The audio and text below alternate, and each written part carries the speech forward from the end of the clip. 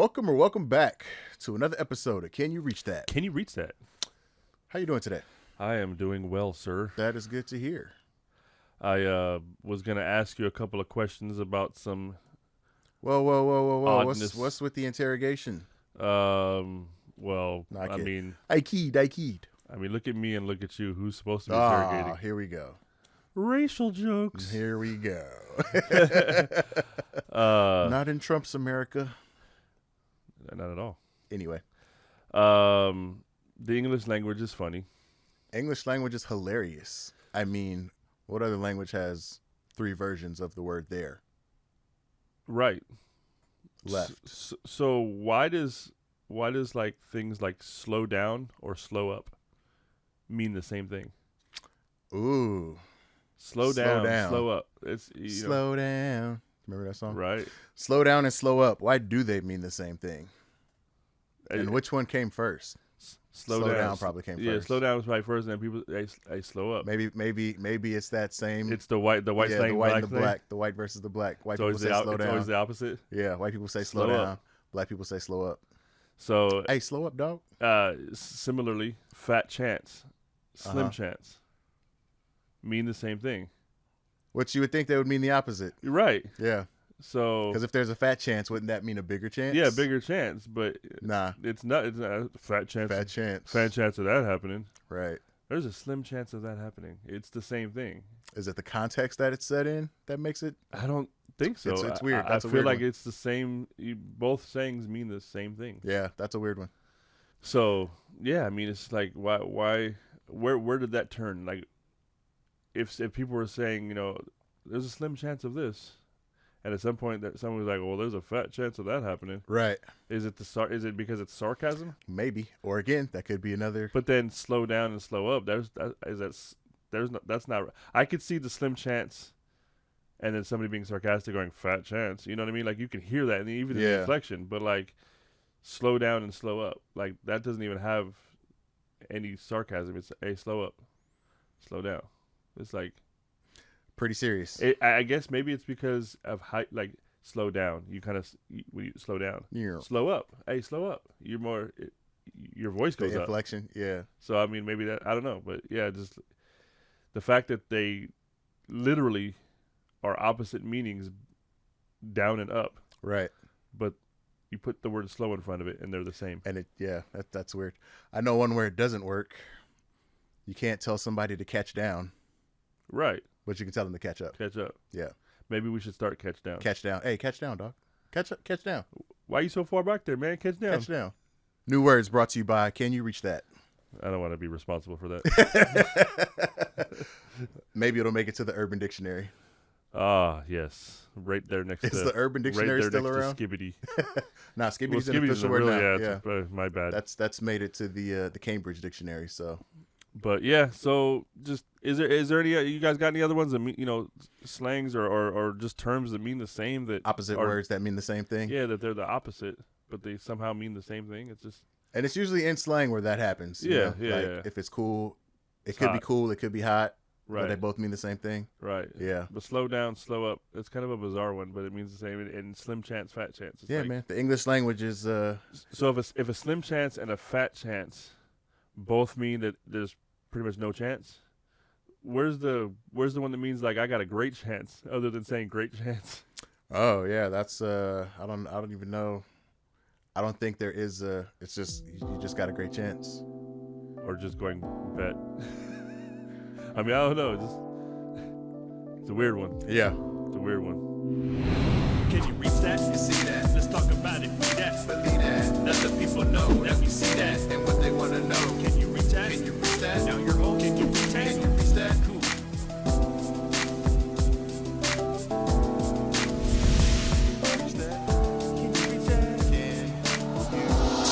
Can you reach that? All right, man. Well, I figured we'd dive into some sports talk. I know it's your favorite subject. Yeah, man. I love sports. Mario Chalmers. Are you familiar? Yeah, isn't his brother Luigi Chalmers? Aha. No. But Mario Chalmers, I thought this was interesting. The big three is I don't know. I started watching the Big Three when Ice Cube first started it, the first year, a few years back, and it was cool. It was something new. It had some excitement, and I want to say it's their 7th year, 8th. But anyways, some slight rule changes and some just new variables to the game. It's just become very exciting. It's very physical. Right. Trash talk is okay, so it makes it even more entertaining. It's a little more like street ball than to a certain degree, yeah. Than pro ball, yeah. I've thoroughly enjoyed it. Their season just ended last week. But Mario Chalmers hitting the game winner for a championship, for the Big Three championship. Congratulations. He's won literally at every level. This man won 2 state championships in his high school team. Mm-hmm. He then went on to college, hit the game tying to put an overtime shot for Kansas, and then eventually going on to win his NCAA championship in college. Right. Moved on to the NBA, secured back-to-back championships with the Heat.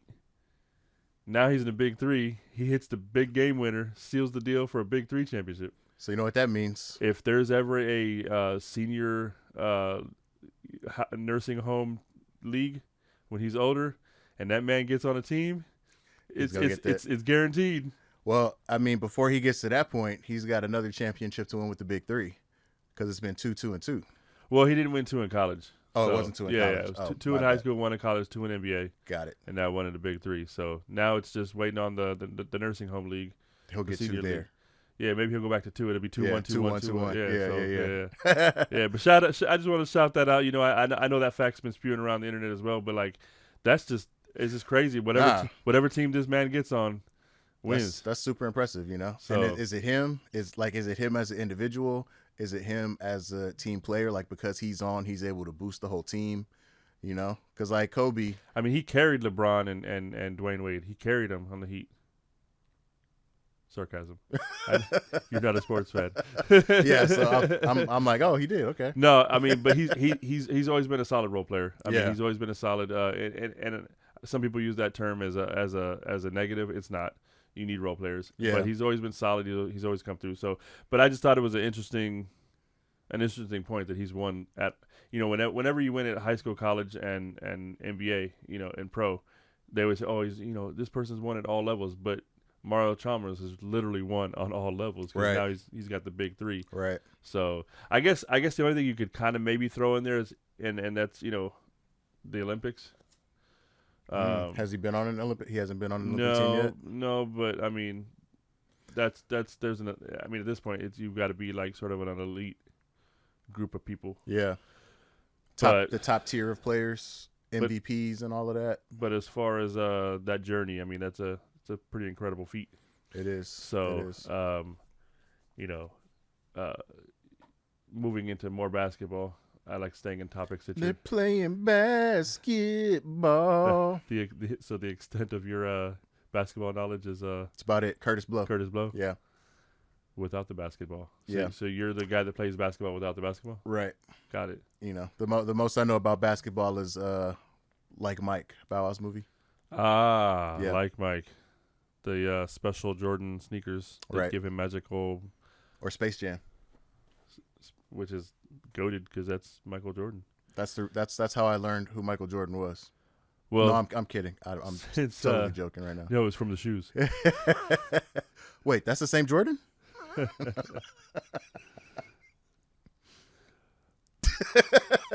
I'm speechless. Good thing this isn't a sports show. I know, right? It'd be over very quickly. It'd be one-sided. Definitely be one-sided. We could just turn your mic off. I'm just here for comedic relief. Just sit there and nod your head. I'm just here for comedic relief. But on that goat talk, Kobe, and I said it, goat talk. Kobe's a goat. Kobe is a goat. One of the goats. There's a lot of goats. For me, my personal opinion, I don't really think there's coming from the non-sports guy. Go for it. Let's hear this. But just in any genre, I don't think there's just one of anything. I think there are one ofs, because it's different generations, it's different eras, it's different time frames. There's different rules. Like basketball in the 80s compared to basketball now, 2 totally different games. Right. You know. So, what would be? Yeah, in the 80s and 90s, you was getting gut checked, pinched, Can do all that elbowed, stuff. Yeah. punt, whatever. But Like, was there anybody flopping before? Like, now, if you catch a cold breeze that whizzes by you and you fall on the ground, it might be a tech. yeah, So yeah, yeah. Like, I don't remember. And I'm not talking shit or anything, but like I have seen the clips and people talking about LeBron always doing his flops, and I've seen a couple where he doesn't even get touched, but he's a great actor. Like I don't remember Jordan ever. There's been people in the past. I know, like before the internet started labeling LeBron as La Flop, like Vlade, for example. Vlade used to sell his fouls. Oh, okay. So there were some people that knew how to sell fouls. Yeah. But to their credit, Vlade also played in an era where he probably was, fouled a lot, Getting some hit contact, a lot. yeah. I mean, because it was a lot more physical. And he's in the lane too. But there was times where not so much, and he'd go flying. But yeah, no, it's definitely the era of selling your foul, and sometimes it means selling a foul that didn't exist. Right. And it's unfortunate. It reminds me of soccer. Soccer does that a lot. But it is what it is. It's up to the refs to recognize it. Right. And not call it or call the tech because, flopping is now against the rules. Really? See? Again, Should be. another game change. So, but Kobe, Warner Brothers announced that they're working on a biopic, and I think that's dope. It's called With the Eighth Pick, as he was the 13th pick in the draft. But this is surrounded around the controversy that the Nets were going to initially select him at 8. And there was a lot of behind-the-scenes GM drama. There was family influence, from Kobe's family. There was, just a whole bunch of stuff. So, yeah, if it was his draft pick number, it would be called with the 13th pick. Yeah. Because he was picked 13th by Charlotte, who then traded him for, ironically, that we talked about him, Vlade Divac. So there was a slim chance that he wouldn't have even ended up on the Lakers. Slim chance. I mean, it could have changed. It could have Or altered was it history. a fat chance? Slim chance, fat chance. I think it was both those chances. But the Nets were going to draft him. They ended up not. And then he dropped down to 13, where the Hornets did draft him, but then immediately traded him to the Lakers for Vlade and whatnot. Man. So, yeah, I mean, the Hornets looked at it as they needed a center. Lakers saw that flaw in their roster, offered up, and they thought, well, it's just, some little high school kid. I mean, we don't have to. It's going to take a lot of time to train this dude. So they, right. But Jerry West saw something special in him, and history is what history is. But they could have been vastly different had the Nets went through with it and drafted him at 8.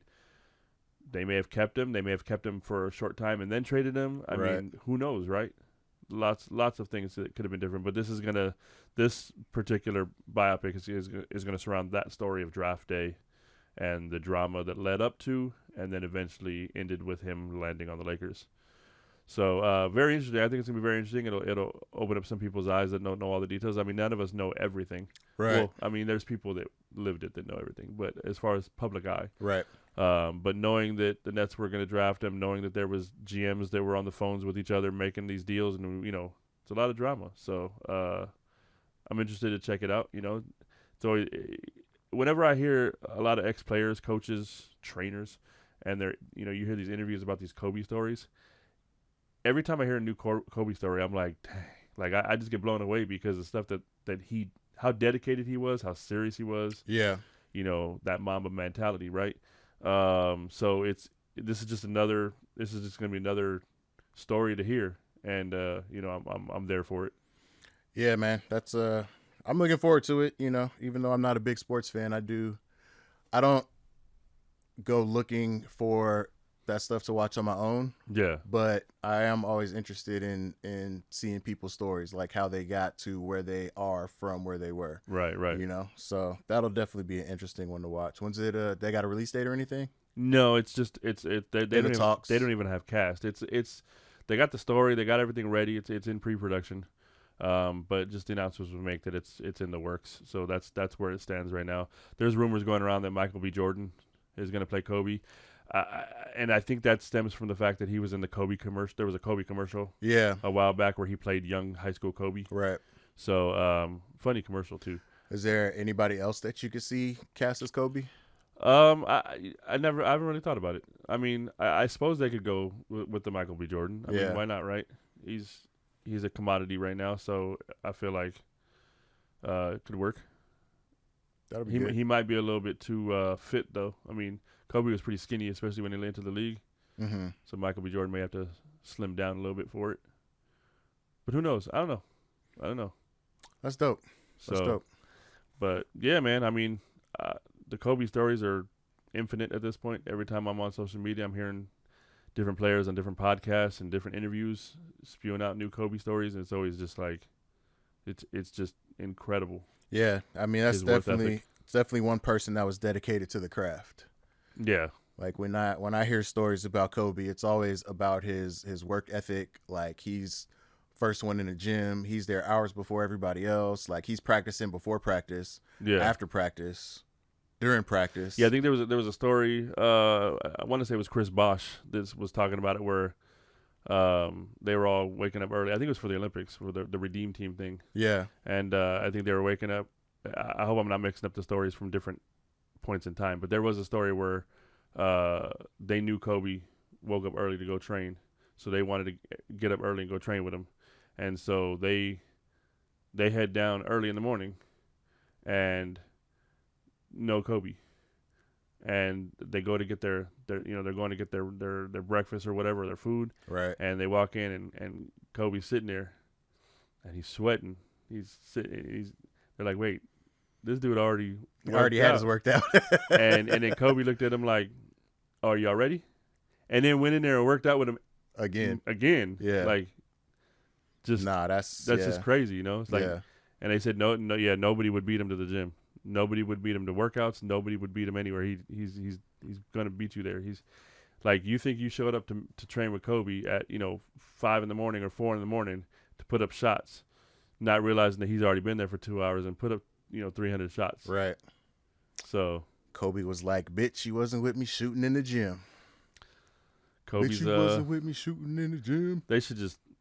I'm waiting for just a full-on Mamba Mentality series. I feel like they could literally put together like maybe even a couple seasons worth based on all the stories. I believe it. So I feel like everybody's got a Kobe story. Yeah. I feel like everybody, I use that term loosely, but the who's who have a Kobe story. Because it's one of those things too, like, going up against somebody as talented and as dedicated as that. Right. Like, everybody's interaction with them only confirms, the stories. Right. The hype. Right. Everybody's interaction. It was same with Jordan, Yeah. One person that used to say some great stories, Gilbert Arenas. He used to tell some fantastic stories about just the in-game trash talk. He called him a smart trash talker. Yeah. Because he would just say things that there was a story. I don't remember all the details right now. It's too early in the morning today. But there was a story where someone had checked into the game. I want to say it was Caron Butler. Checked into the game, did something, and they fouled Kobe. And he looked over and Kobe looked over and he goes, "Is he guarding me all game?" He's like, "Yeah." Stupid play. Stupid play. And they're like, "What are you like?" They're like, "What are you talking about? You need all 6 of your fouls to to guard me for this whole game. You already wasted one." Right. Stupid. Like, and everybody's like, "Is this trash talk?" And then you think about it, it's like, no, but he's right. He's like, we need all these fouls, like, right, to stick it. So I mean, it's just the little things like that where he just get in your head. Yeah. There's been, I mean, there's so many stories out there. And there was a story. I think it was Shumpert that was talking about it. Where he was having a great game against Kobe. He had some steals. He was putting up buckets, and Kobe was playing okay. Like, he was having not one of his greatest games. Right. 3 quarters in, they doing this, that, whatever, and he, he said Kobe walked by and was like, "Looks like you're having a good game." And the next thing you know, fourth quarter starts, Kobe just shuts him down. Just goes buck wild, like starts hitting shots, throwing it off the backboard to himself, spinning, doing this, and he's like, "What is?" And coach is looking at him like, "Why don't you?" And he's like, "What am I supposed to do? Like, what is this dude like on?" Like, and yeah, I mean, and those are the kind of stories that are just they're just great to hear because it's like it just shows that like even 3 quarters in, he's having an average or maybe slightly below average game, And he still got some in the and tank. in the 4th quarter he comes out and he goes, nah, we just gonna go ahead and win this, you know, and he just takes over and just bully balls people. Yeah. There was one last one where I think it was against Steph where they were, who talked to the story? I can't remember who said the story, but they were saying that halfway through the game, like Steph is going nuts, right? And Kobe sits on the bench. He goes, I got it. I think it was at halftime. He's like, I got it. I'm guarding him. I got it. And they're like, what are you talking about? They're like, I got it. I know his weakness. He don't like it when people are on the side of him. Like, what? Yeah, if you're in front of him when he shoots, he going to hit it in your face all day. But if you're on the side of him, he can't make the shot. And so they went back out there, and they said Steph had like 2 points for the rest of the game. Really? Yeah, like just D'd him up. Kobe read him, huh? Like he figured it out, you know. So, Damn. but all these stories together could just literally make a mini series. You know what I Yeah. mean? So, That'd be dope. That'd be dope to see. Hey, Yeah. whatever. Maybe Michael Kugler, right? Michael Kugler. Maybe Ryan Coogler will get on top of that, making the what do we even want to call it? The diary of Kobe Bryant, Mamba Diaries. Mamba Diaries, Mamba Stories, I don't know. Just call it Mamba mentality at this point, right? Mamba. Hey, there we go. So, but yeah, I mean that could be dope. And if they do it, I feel like I just need to get this trademark in right now verbally. It's going to be published, so I feel like that's enough. TM TM. Brought to you by Carl's Jr. and Brondo. So moving on to music. Huge story in my eyes. Hopefully everyone else will agree. So on DJ Who Kids. DJ Who Kids. Yeah. Remember the mixtapes. On his show, Ghostface Killah was on there. And there was a part that caught my attention.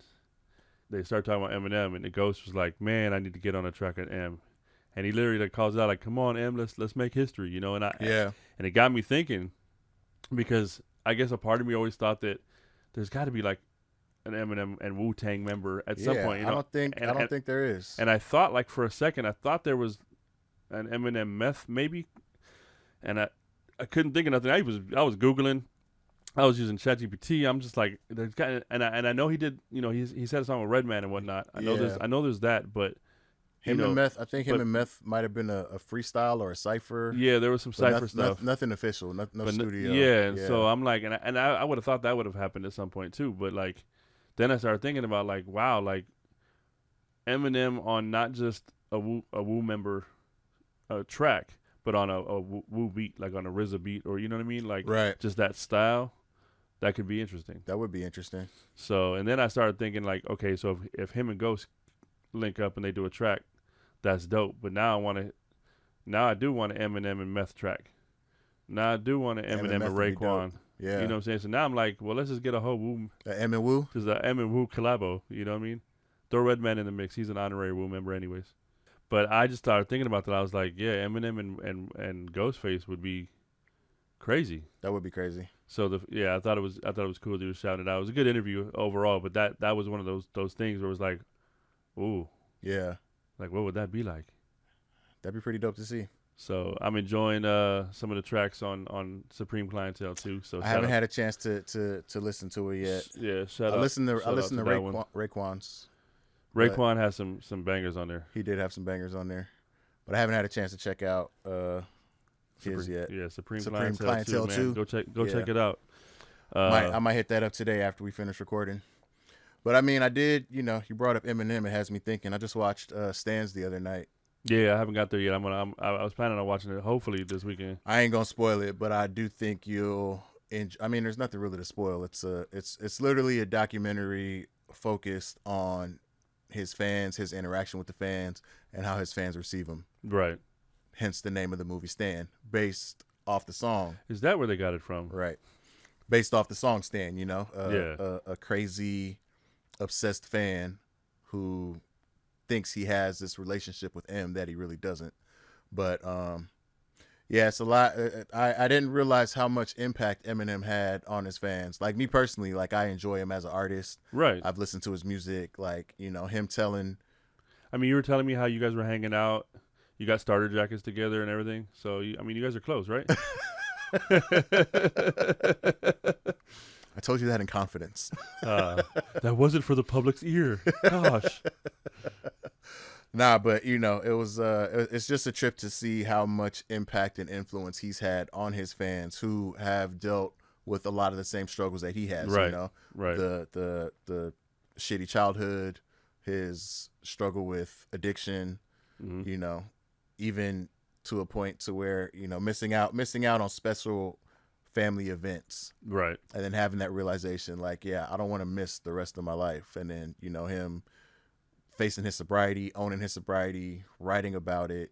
Like the man is very It's been a journey. influential. Yep. Yeah, It's very been a journey for influential. sure. And hearing his fans talk about him and everything like that, like it's a great watch. If you haven't watched it yet, definitely go check it out. Yeah, yeah. I plan on getting that in. And the soundtrack dropped last week, so and I know there was the unreleased song that was from the Eminem show era, I think they said. So I haven't even checked that out yet. I gotta jump on that one too. But It's dope. It was dope. It was dope Yeah. watching this transition. It was dope seeing him go from Slim Shady to Eminem to Marshall Mathers, and seeing the differences between each of those individuals, because it's the same person, right. but each one has a different personality. And it's funny you said that, because I've always sort of, when I reference certain stuff when I'm talking about Eminem, and I always sort of reference it as that, like, oh, it was part of that Slim Shady era, Yeah, and then there was the Marshall Mathers era, right. or the Eminem. Sorry, it was the Eminem era, yeah. and then there was the Marshall Mathers era. So it was like, almost got these three sections to his career to a certain degree. And which is dope, even that he himself had the insight to separate and show the distinction between the three, Right. because they're not all the same. Slim Right. Shady raps different than Eminem, who raps different than Marshall Mathers. Right. Each one has their own perspective. Slim is going to come at you with some off the wall shit that you didn't even think would go together, Right. but it's like it works. It really works. Yeah. Outlandish metaphors Yeah. and just crazy references. I mean, first Yeah. album, even though it was called was that called the Marshall Mathers OP? No, That was the Slim Shady. Slim Shady OP. Yeah. Slim Shady era. It really was. But even at that, right out the gate, with My Name Is. I mean, when I had that album, I remember there's a few poignant lines. I mean, many in that one that he said that was crazy. But I remember the first listen through when he talked about when he was dissing Cage, and he said, Yeah. I bought Cage's tape, opened it, and dubbed over it. Yeah. Just that is just, when you think about it, like just somebody doing that, like you buy somebody's stuff just to dub over it. Yeah, I mean it's petty, but it's hilarious. Right. So the fact that he was saying stuff like that really caught my ear, and so listening to that album many times through, you start to pick apart the different punchlines and whatnot, and it's crazy. Yeah. It's crazy. Definitely. So, and you listen to the album now versus like something that's more current, and it's the contrast is crazy. Yeah. It's crazy, and I'm not even talking about just the content itself, just the wordplay, the way he uses his voice. Yeah. Everything is just so different. Yeah. So the contrast is crazy. It's not a bad thing. It's just that it's growth. It's different. Yeah, you see it. So You can see the growth, the maturity, the rise of the intellectualism and how he puts the words together and the words that he chooses to use, yeah. Even when he's doing his metaphors and his jabs and everything like that, like it comes in differently. Right. Yeah. Right. And speaking of white rappers, Andy Samberg, your other favorite white My rapper. other favorite white rapper. Lonely Island style, right? You've seen that movie Pop Star? Yeah, long time ago. I only seen it once. I want to watch it again. But If you have not seen that movie, watch it. It is hilarious. The songs in it are. It's funny because he structures the songs very well, yeah, but they're also intended to be just hilarious. Yeah. It's comedy. yeah, So that whole movie is full of that. It's just great. But one particular segment, which is where they put the music in the appliances. yeah. They put a song in the refrigerator. Yeah, you Yeah. open up the fridge. You start hearing the freezer and The music. Big Boy from Outkast, Big boy. Wrong big boy. right? Announced a partnership with Whirlpool Whirlpool. washing machines. There's going to be a limited edition black laced washer that has an official "So Fresh and So Clean" Like label. sound to it. Well, it's a label that they're putting on there, and every time a cycle finishes, it's gonna play So Fresh and So Clean Damn. after each cycle, and it just reminded me of Pop Pop Star, Star the yeah. movie. So, but yeah, so Nah, that's dope. And I mean, yeah, I'm surprised somebody hasn't thought of that sooner. Because I mean, like this, and this is just out here. You know, we're only recently starting to see appliances that have like musical notes to them when the cycle ends and stuff, like the dishwashers and everything like that. yeah, But this has been going on for decades in Japan. right. Like this, my first time in Japan was '98 when I first got stationed over there. Right. And they had music on their appliances back then. Yeah, because I know they had stuff that played like it sounded like the polyphonic ringtones from your cell phone. exactly. So Yeah. yeah. So Everything was all sweet and melodic. Do, do, do, do, do, do. right. I'm like, the fuck is washing machine singing to me? Right. I mean, I've seen stuff like that where like even in fast food restaurants, like when something's finished cooking, Yeah. and it plays something more Play a melodic, little, a versus little like melody. here when the fries are done, it's just like ee, just one Yeah, loud here it's just annoying noise. Here it's just annoying. So I guess the vision is that if it's annoying, you'll go turn it off, Right. and attend to it. If it's soothing, you're gonna be like, oh, it's cool. Doesn't really happen. But yeah, I saw that partnership. There's gonna be every cycle that finishes, it'll play So Fresh and So Clean. And the other thing about that is, and I know they have used that song in various commercials, things like that for Yeah. but I feel like that should be way more used. I mean, there should have been a partnership long ago. Not necessarily saying that every cycle that finishes on your washer should have played it, Well, but not at the end, you know? but commercials and all that stuff should have been using this long ago. It's been there. Ain't nobody dope as me. I'm just so fresh, so clean. So fresh and so clean. One of the things, I mean, even though it hasn't been used by big corporations, Right. that was definitely one of my get ready songs. Yeah. Getting ready to go out and hit the streets. Yeah, you like, put that on while you freshen So it Fresh up. and So Clean was definitely on that playlist. That was Come sliding out the shower. so. That was one of the influences. Like when we did our track, Crispy. Oh, yeah. It was that was an influence because it was because like you said, you getting ready to go out, you want to be so fresh and so clean. So Yeah. it was kind of like I want to fix myself up and be real crispy when I get out the Right. So it was like that was some influence right there. And being a huge Outkast fan, I mean that was always in the head when we were building that track. But yeah, I just think it should be used more. I think it's funny that it's gonna be. I low key want to wash it now. I want to go buy another to one. get one just so to have that beat on it. Just to get rid of my washer and just have. Yeah. So, but there is a contest on Instagram. I think it's September submissions are September 23rd or something like that. So you got a little time to get on there and you can win one. But yeah, So Fresh and So Clean. Every clean, cycle that clean. finishes. So That's pretty cool. did you know that AT Aliens was released almost 29 years ago? It's almost 30 years old, man. That's crazy. 96.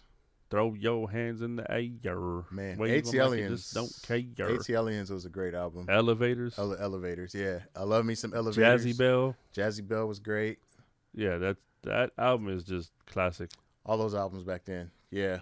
Elevators just had me in a chokehold though. Like throw some The beat. I mean, Elevators. Well, I mean It's that bass line. That's what I'm saying. Like Yeah. that beat, that bass line, and then their flow. Like that's one thing Outkast was always fantastic at, is riding the beat. Like they got you in that level. Like you had the beat, you had the bass line, you had all this, and they just was like, They just okay, rode that pocket. this song has this energy. We're gonna keep that energy. Yeah. And they knew how to really build off of that. And that's one of I'm gonna say I'm gonna say that's one of my favorite Andre 3000 verses. Elevators. Anytime, because this isn't the only time that he's done it. Right. But anytime that he, in a verse, references somebody else that he's encountering, for some reason, I always gravitate towards those verses. Okay. Like I was in the mall the other day, heard a call from the other way, where this came from. Some fool was talking about, hey, man, you remember me from school? No, not really. Like him having Right. that conversation about Right. a conversation. Right. For some reason, those just always. Yeah. I just gravitate towards those so much. I mean, that was when they did the art of storytelling with Slick Rick. Same Yeah, thing. exactly. So I love it when he does those verses. I love I would it when want he to does see her those singing verses. in the front row. Yeah. So I mean, Like on What a Job, he's talking about the Yeah. couple. Yeah, it's yeah. Anytime No. I hear those verses, I'm like, ooh. and that's why I think 3 Stacks is at the top of a lot of people's lists. I mean, he's just I agree. Hella creative. One of the greatest. We One of the need best. an Outkast album. One of the dopest mouths from the South. One of the dopest So artists to ever come out of the I want to South. look in the camera real quick. Ooh. Andre 3000, Big Boy. We've seen the teasers on Instagram and whatnot of y'all linking up. Just tell us an album is coming. We need it. It's time. The flute album was cool. It was cool. I actually listened to it. It was good. I actually liked it. I thought it was great. I love the expression. I'm ready for some verses. I'm ready for some Outkast music. Let's make it happen. I would like to see Big Boy rapping over Andre's flute. That would be dope. He does the music with the flute, and then Big Boy drops some raps over it. I think that would be a dope collab. Yeah, I just want an Outkast album. It's long overdue. I mean, when Andre has something to say, he'll say it. Because every now and then he pops out with a verse. All those features. I mean, the Killer Mike feature. The Killer Mike feature was dope. Yeah, I can't even remember the name of it, but Right. Science and Technology or something like that. It had that little computer generated beat or whatever. The verse he threw on with John Legend, the Green Light. Yeah, I heard he freestyled that. that sounded like a whole freestyle. Yeah, I heard that he just got it. And he just freestyled it, and then that's what they. yeah. So I'm Nah, man. Outkast album. We need it. Man is a lyrical genius. We need it. His concept, his style, his work that he did on International Players Anthem. Yeah. Like the fact that he didn't want to do the song until they gave him creative control to do it how he wanted to do it. And he wanted his part to be a cappella. Rightfully so. You know, like he wanted his part to be a cappella. And I couldn't imagine it being any other way Any other way. leading into that song, you know, and they're like, nah, it's too long. It's not gonna, but him putting it together and him doing it. And it's fully iconic now. Right. And then Pimp C coming in right after with his shit. Like it was, oof. And that right there, like that became. The South had something to say. Right. And that literally did became like they call it the International Players Anthem, but I look at it as, you know, that's when you're hanging up your player coat. Right. That's the song that resonates, you know, like Andre's verse, him getting married and doing that whole scene. Right. Literally talking about, you know, cutting everybody off just for this one shit. See, this conversation is just making it more valid that As we to why we need need a some more. no Outkast album. Hey, when he's got something to say, he'll say it. But he ain't there yet. I think he's got something to say. Well, It's coming. I feel like I can feel it. fingers crossed. We putting it out there. We putting the vibes out there. The midi-chlorians are coming in order, and I can feel it in the force. Hey, drop a tag down below for Andre 3000. So let him know that you want to hear something from him. Yeah. Tag him in the clip. Let's see if we can get him to make some more music. We have to clip this and tag. Yeah, everybody tag him. Let's get some Outkast music. Tag Andre. Tag Big Boy. We need it. We need the music from Andre. We need it. We need it. If I hit the Powerball this weekend, I'll fund the album. I'll fund the album. I'll fund an Outkast album if I hit the Powerball. Yeah, that'll be dope. So I mean, all I can say is Outkast literally lives on my playlist. I mean, there's so many Outkast songs on my playlist. You could say I was gonna say they live in your lap, but because he had the song "She Lives in My Lap," right? But forever pause. my Beyonce. Oh yeah, pause. Yeah, because that makes it not gay. Outkast lives in my pocket, in my lap. Because that makes it not gay. So when you say pause, apparently, but yeah, I mean, just heavily streamed. Like, it doesn't matter what platform I'm streaming on. If I'm on Spotify or my Apple Music or whatever, Outkast is there. Gotta be. Is there. They brought us a lot of good stuff. I know we were talking about. Did you know Spotify's adding DMs? It's going down in the DMs. That seems weird to me. Yeah, I don't understand why that platform would need DMs. Well, because they added a while back. They added the whole, you can follow people and all that. They made which it was cool. That made sense. You can, because you gained access to other playlists, things like that, whatever. But I feel like I don't know what security protocols they're putting in place, but I feel like that's going to lead to some predatory action by people, because it's who doesn't have a Spotify playlist, including kids. Maybe is DMs only going to be available for 18 and up, or you know what I mean? And right, how do you know if somebody has a false account? I don't know. Beyond me, but when I saw that they were going to add DMs, I'm kind of like, why? I mean, from a corporate standpoint, I could understand them trying to, gain some more attention, bring in some more listeners and everything like that. Ooh, they got the DMs. Like, let's go check it out. But at the same time, I don't really feel like Spotify is an interactive platform. It's not. You're just there to click on music consume. and listen. Yeah. You're there to consume content. I mean, if I want to share a track, or I want to like I've done in the past, it's like there's a share button, and you can share it via text, email, social media platforms. Right. Like, so you just copy the link and paste it somewhere, right? Right. So, and how many times have I just forwarded you a track? Hey, check out this on on Raekwon's album. Right. So, why do you need DMs? I mean, Yeah. I get it. You can say, oh, it's more convenient just to DM somebody, but you're Which not is you're not. It's cool. not social media. Right. It's music. Wasn't meant to be, but So next thing you know, they're gonna have they're gonna give you access to the HTML coding, and you can set up your own web page, and it's gonna be called MySpace with your playlist. the good old days. Hey, that's what happens. Everything comes around full circle. Yeah, your playlist will be on the page. You have your top 8. You can customize top your page. 16 once you learn how to do all the codes and stuff. Right, Yeah. right. So Have your music in the background. every time you open the page, I you used to start streaming your playlist. love the music player, the playlist. Right. Yeah, man. So, I used to just hang out on my page and listen to the songs. on your on my own page, 'Cause yeah. I think you could have like 8 songs or something like that. I think so, yeah. So Yeah, I'm gonna hit shuffle to make it interesting. Right. 8 songs. right. Changing your backgrounds up, having So- all the gifts and everything, and good times. But good I mean, I feel times. like that's the direction it's going. I mean, because I don't feel like Spotify needed DMs. I mean, that's my opinion. I don't feel like it needed DMs. So, and I know my Spotify, I'll probably just, if there's a silence or, block or whatever, I'll probably just cut my DMs off. I don't want people hitting me up. Yeah. My playlists are public.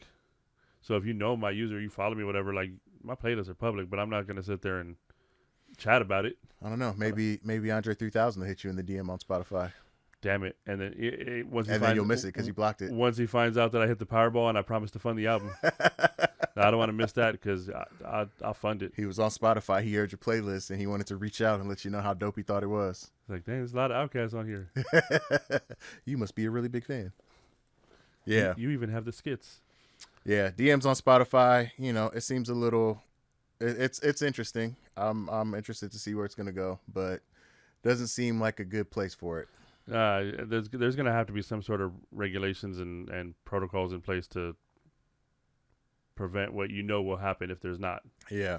So, because I mean, the only people that I'm following on Spotify are people that I'm listening to. Same. It's not like I'm keeping track of my friends who are on Spotify. And to be honest with you, I think I'm following like 3 or 4 people. And that's it's not a lot. Because you know what? I forget to follow people. I just add my stuff to my playlist, and that's a wrap. Right. Like I have the music I need on the playlist. I don't necessarily need to. I think Outkast is one of the things I'm following, artists or whatever I'm following. Just the only advantage it does is it'll prompt you when new stuff is released, right? Right. But which is why I follow those people. So, but and yeah, and that's why I think I started following the 4 or 5 people I follow when I first got Spotify. Right. And I haven't followed anybody since. Because I just add the music. So as we're talking about this, one thing that's coming to mind is maybe they're moving more into that YouTube type of vibe, because you can follow. Well, can you message people on YouTube? You can comment on YouTube. I know they got comments on Spotify now. Right. But I was thinking, because YouTube is a place where you consume, but you can also share and interact. Right. So I'm wondering if Spotify is trying to jump into that lane too. Maybe. I mean, you can. I mean, if you're on the web app, you can watch. You can watch Can You Reach? You can watch Can You Reach That on Spotify, as opposed to listening to it. But well, you can also even watch on the app, YouTube. Yeah, on the app too. Like you can watch. You can watch video. it. You can listen. You can listen or watch. So, maybe they're trying to be the next YouTube. That's a reach. That is a reach. The only chances you miss are the ones you don't take. And their first chance is to add DMs. So, hey, let's see. It might work out for them. Yeah, I thought that was interesting. I don't know. I don't know that I'll be partaking in DMs on Spotify. I get enough DMs on all the other platforms. Yeah. Like I'm on enough platforms as it is. I'm very reluctant to joining a new platform. Like it took me a lot to get on. Actually, it took this for me to get onto TikTok. There you go. Because if it wasn't for this, I still wouldn't be on TikTok. And I didn't even get on Instagram. I don't remember when it came out, but I know I didn't jump on Instagram until 2015. Okay. I can't remember when it first started, when it was just food pictures. Right. But food pictures. I was like, why do I need Instagram? I got Facebook. Everybody I know is on Facebook. Why do I need Instagram? Right. So I can see the same stuff And on then- Instagram and that I then- see on Facebook. And then Facebook bought Instagram, and you're like, I guess. Well, no. I mean, short story. The whole reason I ended up getting the Instagram is because I got blocked on Facebook. Why did I get blocked on Facebook? Because I refused to use my government name. I remember. I do And remember you that. remember when they were going through and trying to make everybody use their real names. So I do remember that. I found, but according to the community standards and regulations, I found a way that I was able to maintain my alias, my anonymity on Facebook. So I never had to use my real name on there. But there was a period of like 3 or 4 months where I didn't have my Facebook. And then that was the first time I realized how addicted I was to it. Because it was literally me picking up my phone and just looking at the Facebook login page. And it's like, fuck, put it down. 2 minutes later, up. What's changed? Like, yeah. So that Yeah. is what prompted me to get onto Instagram. Yeah. And yeah. this is what prompted me to get onto TikTok. So there has to be something life-changing, I guess. Well, every 20th frame flashes a subliminal A message. subliminal that tells you message? to keep scrolling. Keep scrolling. Right? But no, I mean, DMs through social media make sense. DMs through Spotify, not so much. And same thing for like TikTok. You know, TikTok. I jumped on TikTok here and there, but as we've built this platform, I'm definitely on it more. And we catch DMs. You've seen the DMs. People Yeah, we get enjoying the show. We appreciate the people who just hit us up and say they're enjoying it, they're laughing, and pointing out things that they enjoy about the show. We also appreciate the people who give suggestions and either add on to commentary that we had on the show, and they add on add on to the more, conversation. Yeah. or suggesting other topics, and we've brought in some of those topics to the show. So I appreciate it. So continue with that. We appreciate it. We do check them. We do see all the DMs, including the spam ones that we have to delete, because Hi, handsome. you get that one and the hey, I saw your channel. It's really dope. If you come over here and subscribe, we can get you 3,000 followers a day Right. and build your channel. No thanks. No thanks. So We prefer to grow organically. the people who are genuine, we appreciate those DMs. And we do read them Genuine. all. So Yeah. social media is crazy. It's growing. But, I mean, with all of that being said, let us know what your thoughts are on DMs and Spotify. Will you be DMing people in Spotify? Do you think it's a good idea? Do you think it's a waste of time, effort, and resources for them to go through this and they should be doing other stuff? Let us know. I'm curious. Want to know what y'all think about this. Do y'all agree with us, or are we just completely off the mark on this one? Like, is this going to be the next best thing to come to? I don't even know. I don't even want to call it social media, because I don't really consider Spotify just social media. The next big thing to Content streaming. distribution. Streaming, yeah. I mean, I don't know. Yeah, I don't think it's needed. There's so many ways to reach out to people. Why do you need DMs on Spotify? Right. And on a final note, I seen the Rolling Stones came out with their most influential creators lists. Top 5, they came in with I Show Speed. Number 2 was Drewski, which I thought was pretty impressive. Number 3, Miss Rachel. Number 4, Kai Cenat. Number 5, Quentin Blackwell. It's crazy because I know scrolling through social media, when I'm on the toilet, it's where I do my best. Sitting on the toilet. My both consumption and releasing. I feel like I Show Speed makes sense. He's freaking everywhere. Yeah. But I feel like Kai would have been probably right there with it. But Drewski's also, I agree. Yeah. He's up there. He's hilarious. Yeah, So, Drewski over Kai, I thought was pretty interesting. Yeah. I really thought, I thought it would have been Kai over Drewski, but Kai coming in at 4, Drewski coming in at 2. I mean, all makes sense. All of them are top creators at this point. Kai right at now. 4 just seems weird. I think Kai, Drewski, and I Show are probably like the 3 that show up the most for me, at least for me. For you, I yeah, guess on yeah. my algorithm. So, But I heard Miss Rachel is popular amongst a lot of parents with small kids, because she is like a children's entertainer, content creator type of thing. for the children's. Yeah, for the chillins. Pretty interesting. But, Kai being at number 4, that position might change soon because I don't know if you've seen it, the clip, the trailer that he did with Creed. Michael B. Jordan. Yeah. He said with Creed. Yeah, they're doing a Mafiathon 3. Yeah. So they put a trailer together for that, and Michael B. Jordan challenged him because Kai said he wanted to get 1 million subscribers. I saw that. I saw the challenge. Michael B. Jordan put out the challenge. He was like, if you get 1 million subs, you got to cut your hair. And then he shot a lock off. Right.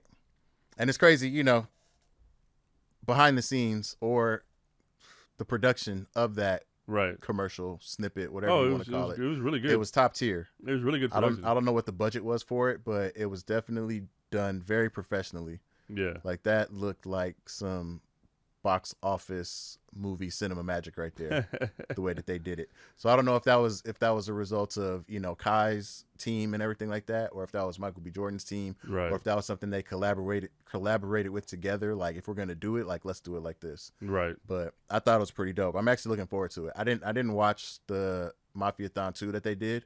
I just saw a lot of the clips after the fact, but everybody that he had on, all the stuff, especially when you get Kevin Hart, Drewski, and Kai together, it's crazy. It's like the Three Stooges of black people. Sorry, are you pitching that movie for Three Stooges? Yeah, actually, that might be. Yeah, I heard they were doing a new Three Stooges movie, but it's a woman's cast.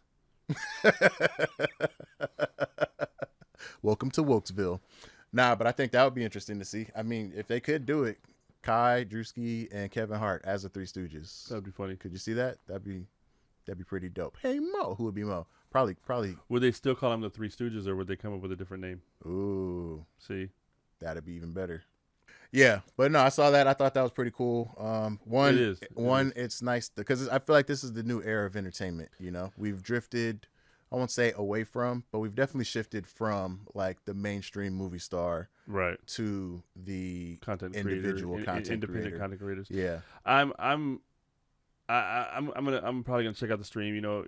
But my thing is, if he does reach 1 million, it's gonna be bizarre to see that dude without his hair. His hair. I mean, he's ever since he's kind of really popularized. Since he started, that's been the his look. dreads have been his thing. What are they gonna do with his Fortnite skin? Make a new one. That'll be old school. The yesterday's price will not be today's price. Right. Once the hair gets cut, so that Fortnite skin will be the foreskin. Where. And with that, yeah, that Fortnite skin is gonna be more valuable, when you see it in the gameplay. Right. Yeah. But nah, shout out to all the content creators that's out there doing their thing. Maybe once upon a time we'll make it onto that list at number 99. Yeah, right now I think we're at around 742,319. 18. Oh. Yeah. We dropped one? No, we went up one. Well, we were 17. You just said we were 18. No, you said 19. I don't know what I said. I just made up a number, dude. And no, I'm cross-eyed. And with that, are you asking the viewers if they can reach that? I think I am. Do me a favor, reach for that like and subscribe buttons and hit the comments. Let us know what you think, and we will see you on the next one. Can you reach that? Can you reach that? Can you reach that?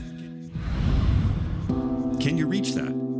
Brought to you by Double One Entertainment in Coopersville. Hosted by Tango and Coop. And created and edited by Tim Greenlee and Brandon Adolphus.